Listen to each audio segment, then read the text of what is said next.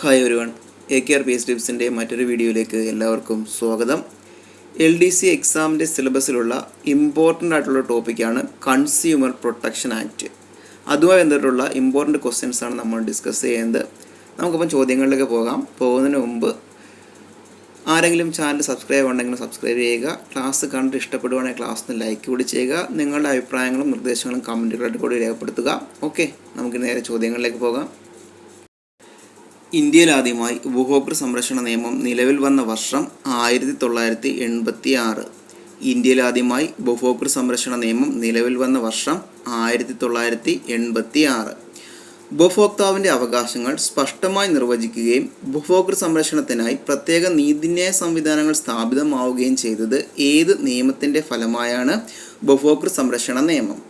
ഉപഭോക്താവിൻ്റെ അവകാശങ്ങൾ സ്പഷ്ടമായി നിർവചിക്കുകയും ഉപഭോക്തൃ സംരക്ഷണത്തിനായി പ്രത്യേക നീതിന്യായ സംവിധാനങ്ങൾ സ്ഥാപിതമാവുകയും ചെയ്തത് ഏത് നിയമത്തിൻ്റെ ഫലമായാണ് ഉപഭോക്തൃ സംരക്ഷണ നിയമം? കേന്ദ്ര ഉപഭോക്തൃ സംരക്ഷണ അതോറിറ്റി നിലവിൽ വന്നത് 2020 ജൂലൈ 24. കേന്ദ്ര ഉപഭോക്തൃ സംരക്ഷണ അതോറിറ്റി നിലവിൽ വന്നത് 2020 ജൂലൈ 24. കേന്ദ്ര ഉപഭോക്തൃ സംരക്ഷണ അതോറിറ്റിയുടെ തലവൻ ചീഫ് കമ്മീഷണർ. കേന്ദ്ര ഉപഭോക്തൃ സംരക്ഷണ അതോറിറ്റിയുടെ തലവൻ ചീഫ് കമ്മീഷണർ. 2019 ഉപഭോക്തൃ സംരക്ഷണ നിയമത്തിൻ്റെ ഏത് വകുപ്പ് പ്രകാരമാണ് കേന്ദ്ര ഉപഭോക്തൃ സംരക്ഷണ അതോറിറ്റിക്ക് രൂപം നൽകിയത്? വകുപ്പ് 10. 2019 ഉപഭോക്തൃ സംരക്ഷണ നിയമത്തിൻ്റെ ഏത് വകുപ്പ് പ്രകാരമാണ് കേന്ദ്ര ഉപഭോക്തൃ സംരക്ഷണ അതോറിറ്റിക്ക് രൂപം നൽകിയത്? വകുപ്പ് 10. ഉപഭോക്താക്കളുടെ അവകാശങ്ങൾ ലംഘിക്കപ്പെടുന്നതിനെതിരെ അന്വേഷണം നടത്താൻ അധികാരപ്പെട്ട സ്ഥാപനം കേന്ദ്ര ഉപഭോക്തൃ സംരക്ഷണ അതോറിറ്റി. ഉപഭോക്താക്കളുടെ അവകാശങ്ങൾ ലംഘിക്കപ്പെടുന്നതിനെതിരെ അന്വേഷണം നടത്താൻ അധികാരപ്പെട്ട സ്ഥാപനം കേന്ദ്ര ഉപഭോക്തൃ സംരക്ഷണ അതോറിറ്റി. പ്രധാനപ്പെട്ട ഉപഭോക്തൃ അവകാശങ്ങൾ ഗുണമേന്മയില്ലാത്ത സാധനം വിൽക്കുന്നത്, മായം ചേർക്കുന്നത്, അമിതവില, അളവുതൂക്ക കൃത്രിമം, സേവനങ്ങളിലെ കാലതാമസം. പ്രധാനപ്പെട്ട ഉപഭോക്തൃ അവകാശങ്ങളാണ് ഗുണമേന്മയില്ലാത്ത സാധനം വിൽക്കുന്നത്, മായം ചേർക്കുന്നത്, അമിതവില, അളവുതൂക്ക കൃത്രിമം, സേവനങ്ങളിലെ കാലതാമസം. 2019 ഉപഭോക്തൃ സംരക്ഷണ നിയമത്തിന് രാഷ്ട്രപതിയുടെ അംഗീകാരം ലഭിച്ചത് 2019 ഓഗസ്റ്റ് 9. 2019 ഉപഭോക്തൃ സംരക്ഷണ നിയമത്തിന് രാഷ്ട്രപതിയുടെ അംഗീകാരം ലഭിച്ചത് 2019 ഓഗസ്റ്റ് 9. 2019 ഉപഭോക്തൃ സംരക്ഷണ നിയമത്തിന് ആകെ എത്ര അധ്യായങ്ങളുണ്ട്? 8 അധ്യായങ്ങൾ. 2019 ഉപഭോക്തൃ സംരക്ഷണ നിയമത്തിന് ആകെ എത്ര അധ്യായങ്ങളുണ്ട്? 8 അധ്യായങ്ങൾ. 2019 ഉപഭോക്തൃ സംരക്ഷണ നിയമത്തിലെ ആകെ വകുപ്പുകൾ 107 വകുപ്പുകൾ. 2019 ഉപഭോക്തൃ സംരക്ഷണ നിയമത്തിലെ ആകെ വകുപ്പുകൾ 107 വകുപ്പുകൾ. വ്യാജമോ തെറ്റിദ്ധരിപ്പിക്കുന്നതോ ആയ പരസ്യത്തിലൂടെ ഉപഭോക്താവിനെ കബളിപ്പിക്കപ്പെടുന്ന തടയുന്ന നിയമത്തിലെ വകുപ്പ് 89. വ്യാജമോ തെറ്റിദ്ധരിപ്പിക്കുന്നതോ ആയ പരസ്യത്തിലൂടെ ഉപഭോക്താവിനെ കബളിപ്പിക്കുന്നത് തടയുന്ന നിയമത്തിലെ വകുപ്പാണ് വകുപ്പ് 89. വ്യാജമോ തെറ്റിദ്ധരിപ്പിക്കുന്നതോ ആയ പരസ്യത്തിലൂടെ ഉപഭോക്താവിനെ കബളിപ്പിക്കുന്നതിനുള്ള ശിക്ഷ 2 വർഷം വരെ തടവോ 10 ലക്ഷം രൂപ പിഴയോ. വ്യാജമോ തെറ്റിദ്ധരിപ്പിക്കുന്നതോ ആയ പരസ്യത്തിലൂടെ ഉപഭോക്താവിനെ കബളിപ്പിക്കുന്നതിനുള്ള ശിക്ഷയാണ് 2 വർഷം വരെ തടവോ 10 ലക്ഷം രൂപ പിഴയോ. മായം ചേർത്ത വസ്തുക്കൾ വിൽക്കുകയോ വിതരണം നടത്തുകയോ ചെയ്യുന്നതിനുള്ള ശിക്ഷ 6 മാസം വരെ തടവും 1 ലക്ഷം രൂപ വരെ പിഴയും. മായം ചേർത്ത വസ്തുക്കൾ വിൽക്കുകയോ വിതരണം നടത്തുകയോ ചെയ്യുന്നതിനുള്ള ശിക്ഷയാണ് 6 മാസം വരെ തടവും 1 ലക്ഷം രൂപ വരെ പിഴയും. ഇന്ത്യയിൽ ദേശീയ ഉപഭോക്തൃ ദിനമായി ആചരിക്കപ്പെടുന്ന ദിവസം ഡിസംബർ 24. ഇന്ത്യയിൽ ദേശീയ ഉപഭോക്തൃ ദിനമായി ആചരിക്കപ്പെടുന്ന ദിവസമാണ് ഡിസംബർ 24. എന്തിൻ്റെ സ്മരണാർത്ഥമാണ് ഡിസംബർ 24 ദേശീയ ഉപഭോക്തൃ ദിനമായി ആചരിക്കുന്നത്? 1986 ഡിസംബർ 24 ഉപഭോക്തൃ സംരക്ഷണ നിയമം നിലവിൽ വന്നതിൻ്റെ സ്മരണാർത്ഥം. എന്തിൻ്റെ സ്മരണാർത്ഥമാണ് ഡിസംബർ 24 ദേശീയ ഉപഭോക്തൃ ദിനമായി ആചരിക്കുന്നത്? 1986 ഡിസംബർ 24 ഉപഭോക്തൃ സംരക്ഷണ നിയമം നിലവിൽ വന്നതിൻ്റെ സ്മരണാർത്ഥം. 2022 നാഷണൽ കൺസ്യൂമർ ദിനാചരണത്തിൻ്റെ സന്ദേശം കൺസ്യൂമർ കമ്മീഷനിലെ കേസുകളിൽ ഫലപ്രദമായ തീരുമാനമെടുക്കൽ. 2022 നാഷണൽ കൺസ്യൂമർ ദിനാചരണത്തിൻ്റെ സന്ദേശം കൺസ്യൂമർ കമ്മീഷനിലെ കേസുകളിൽ ഫലപ്രദമായ തീരുമാനമെടുക്കൽ. ലോക ഉപഭോക്തൃ അവകാശ ദിനമായി ആചരിക്കുന്ന ദിവസം മാർച്ച് 15. ലോക ഉപഭോക്തൃ അവകാശ ദിനമായി ആചരിക്കുന്ന ദിവസമാണ് മാർച്ച് 15. 2022 ലോക ഉപഭോക്തൃ അവകാശ ദിനത്തിൻ്റെ സന്ദേശം ഫെയർ ഡിജിറ്റൽ ഫിനാൻസ്. 2022 ലോക ഉപഭോക്തൃ അവകാശ ദിനത്തിൻ്റെ സന്ദേശം ഫെയർ ഡിജിറ്റൽ ഫിനാൻസ്. ഇന്ത്യയിലെ ഉപഭോക്തൃ കോടതികളുടെ ഘടന ത്രിതല ഘടന. ഇന്ത്യയിലെ ഉപഭോക്തൃ കോടതികളുടെ ഘടനയാണ് ത്രിതല ഘടന. ജില്ലാ തലത്തിൽ പ്രവർത്തിക്കുന്ന ഉപഭോക്തൃ കോടതികളാണ് ജില്ലാ ഉപഭോക്തൃ തർക്ക പരിഹാര കമ്മീഷൻ. ജില്ലാ തലത്തിൽ പ്രവർത്തിക്കുന്ന ഉപഭോക്തൃ കോടതികളാണ് ജില്ലാ ഉപഭോക്തൃ തർക്ക പരിഹാര കമ്മീഷൻ. ജില്ലാ ഉപഭോക്തൃ തർക്ക പരിഹാര കമ്മീഷന്റെ ഘടന പ്രസിഡന്റും 2 അംഗങ്ങളും. ജില്ലാ ഉപഭോക്തൃ തർക്ക പരിഹാര കമ്മീഷന്റെ ഘടന പ്രസിഡന്റും 2 അംഗങ്ങളും. എത്ര രൂപ വരെയുള്ള ഉപഭോക്തൃ തർക്കങ്ങളിൽ ഉപഭോക്താവിൻ്റെ പരാതി സ്വീകരിച്ച് തെളിവെടുപ്പ് നടത്തി തീർപ്പ് കൽപ്പിക്കാനാണ് ജില്ലാ ഉപഭോക്തൃ തർക്കപരിഹാര കമ്മീഷൻ അധികാരമുള്ളത്? 1 കോടി രൂപ വരെ. എത്ര രൂപ വരെയുള്ള ഉപഭോക്തൃ തർക്കങ്ങളിൽ ഉപഭോക്താവിൻ്റെ പരാതി സ്വീകരിച്ച് തെളിവെടുപ്പ് നടത്തി തീർപ്പ് കൽപ്പിക്കാനാണ് ജില്ലാ ഉപഭോക്തൃ തർക്കപരിഹാര കമ്മീഷൻ അധികാരമുള്ളത്? 1 കോടി രൂപ വരെ. സംസ്ഥാന തലത്തിൽ പ്രവർത്തിക്കുന്ന ഉപഭോക്തൃ കോടതികൾ സംസ്ഥാന ഉപഭോക്തൃ തർക്ക പരിഹാര കമ്മീഷൻ. സംസ്ഥാന തലത്തിൽ പ്രവർത്തിക്കുന്ന ഉപഭോക്തൃ കോടതികളാണ് സംസ്ഥാന ഉപഭോക്തൃ തർക്ക പരിഹാര കമ്മീഷൻ. സംസ്ഥാന ഉപഭോക്തൃ തർക്ക പരിഹാര കമ്മീഷന്റെ ഘടന പ്രസിഡന്റും 4 കുറയാത്ത അംഗങ്ങളും.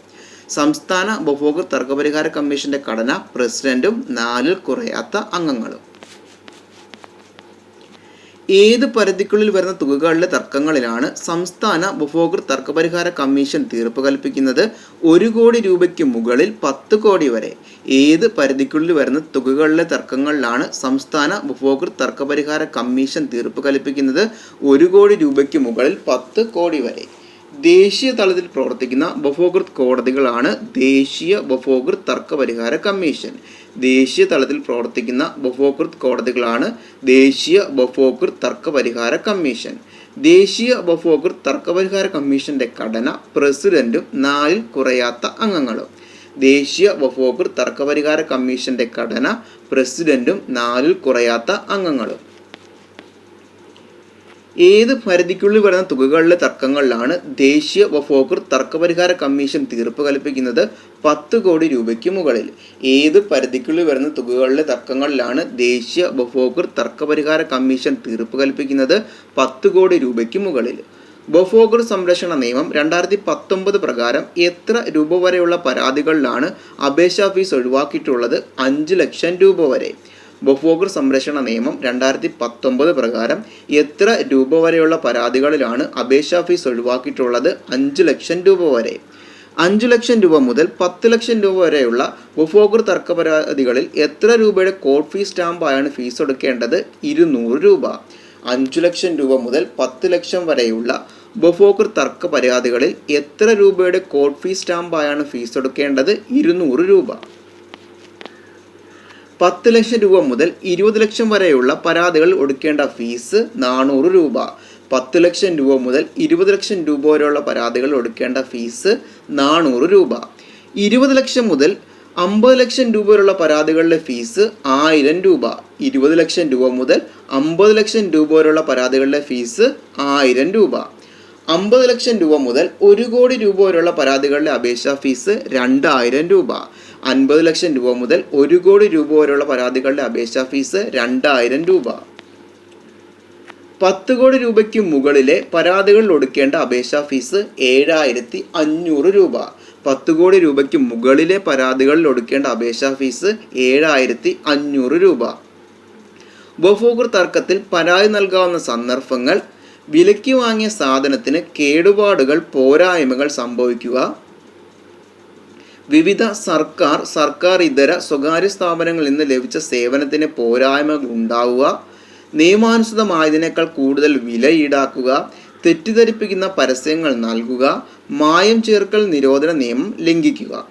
ഉപഭോക്തൃ തർക്കത്തിൽ പരാതി നൽകാവുന്ന സന്ദർഭങ്ങളാണ് വിലയ്ക്ക് വാങ്ങിയ സാധനത്തിന് കേടുപാടുകൾ പോരായ്മകൾ സംഭവിക്കുക, വിവിധ സർക്കാർ ഇതര സ്വകാര്യ സ്ഥാപനങ്ങളിൽ നിന്ന് ലഭിച്ച സേവനത്തിന് പോരായ്മകൾ ഉണ്ടാവുക, നിയമാനുസൃതമായതിനേക്കാൾ കൂടുതൽ വില ഈടാക്കുക, തെറ്റിദ്ധരിപ്പിക്കുന്ന പരസ്യങ്ങൾ നൽകുക, മായം ചേർക്കൽ നിരോധന നിയമം ലംഘിക്കുക. സാധനങ്ങൾ വാങ്ങുന്നതിനുള്ള വ്യവസ്ഥകൾ പാലിക്കപ്പെടുന്നുവെന്ന് ഉറപ്പുവരുത്തുന്ന നിയമം സാധന വിൽപ്പന നിയമം. സാധനങ്ങൾ വാങ്ങുന്നതിനുള്ള വ്യവസ്ഥകൾ പാലിക്കപ്പെടുന്നുവെന്ന് ഉറപ്പുവരുത്തുന്ന നിയമം സാധന വിൽപ്പന നിയമം. ഏത് വർഷമാണ് സാധന വിൽപ്പന നിയമം പാസാക്കിയത്? 1930. ഏത് വർഷമാണ് സാധന വിൽപ്പന നിയമം പാസാക്കിയത്? 1930. ഗ്യാരണ്ടി, വാരണ്ടി, വിൽപ്പനാനന്തര സേവനം എന്നിവയുടെ ലംഘനം ഏത് നിയമത്തിൻ്റെ പരിധിയിൽ വരുന്നവയാണ്? സാധന വിൽപ്പന നിയമം. ഗ്യാരണ്ടി, വാരണ്ടി, വിൽപ്പനാനന്തര സേവനം എന്നിവയുടെ ലംഘനം ഏത് നിയമത്തിൻ്റെ പരിധിയിൽ വരുന്നവയാണ്? സാധന വിൽപ്പന നിയമം. കാർഷികോൽപ്പന്നങ്ങളുടെ നിലവാരം നിശ്ചയിക്കുന്ന നിയമം കാർഷികോൽപ്പന്ന നിയമം 1937. കാർഷികോൽപ്പന്നങ്ങളുടെ നിലവാരം നിശ്ചയിക്കുന്ന നിയമം കാർഷികോൽപ്പന്ന നിയമം 1937. കൊള്ളലാഭം, പൂഴ്ത്തിവെപ്പ്, കരിഞ്ചന്ത എന്നിവയിൽ നിന്ന് ഉപഭോക്താവിന് സംരക്ഷണം നൽകുന്ന നിയമം അവശ്യ സാധന നിയമം 1955. കൊള്ളലാഭം, പൂഴ്ത്തിവെപ്പ്, കരിഞ്ചന്ത എന്നിവയിൽ നിന്ന് ഉപഭോക്താവിന് സംരക്ഷണം നൽകുന്ന നിയമം അവശ്യ സാധന നിയമം 1955. അളവിലും തൂക്കത്തിലുമുള്ള കബളിപ്പിക്കലുകൾ തടയുന്നതിന് ഉപകരിക്കുന്ന നിയമം അളവ് തൂക്ക നിലവാര നിയമം 1976. അളവിലും തൂക്കത്തിലുമുള്ള കബളിപ്പിക്കലുകൾ തടയുന്നതിന് ഉപയോഗിക്കുന്ന നിയമം അളവ് തൂക്ക നിലവാര നിയമം 1976. കേന്ദ്ര സർക്കാർ ഉണരൂ ഉപഭോക്താവെ ഉണരൂ ക്യാമ്പയിൻ ആരംഭിച്ചത് ഏത് വർഷമാണ്? 2005. കേന്ദ്ര സർക്കാർ ഉണരൂ ഉപഭോക്താവെ ഉണരൂ ക്യാമ്പയിൻ ആരംഭിച്ചത് ഏത് വർഷമാണ്? 2005. നമ്മൾ ഡിസ്കസ് ചെയ്ത് കൺസ്യൂമർ പ്രൊട്ടക്ഷൻ ആക്ടിലെ ഇമ്പോർട്ടൻ്റ് ചോദ്യങ്ങളാണ്. ക്ലാസ് ഇഷ്ടപ്പെട്ടാൽ ക്ലാസ്സിനെ ലൈക്ക് ചെയ്യുക. ഇതുവരെ ചാനൽ സബ്സ്ക്രൈബ് ചെയ്യാത്ത ആരെങ്കിലും ഉണ്ടെങ്കിൽ ചാനൽ സബ്സ്ക്രൈബ് ചെയ്യുക. അടുത്ത ക്ലാസ് നമുക്ക് മറ്റൊരു ടോപ്പിക്കായിട്ട് വീണ്ടും കാണാം. Okay, thank you.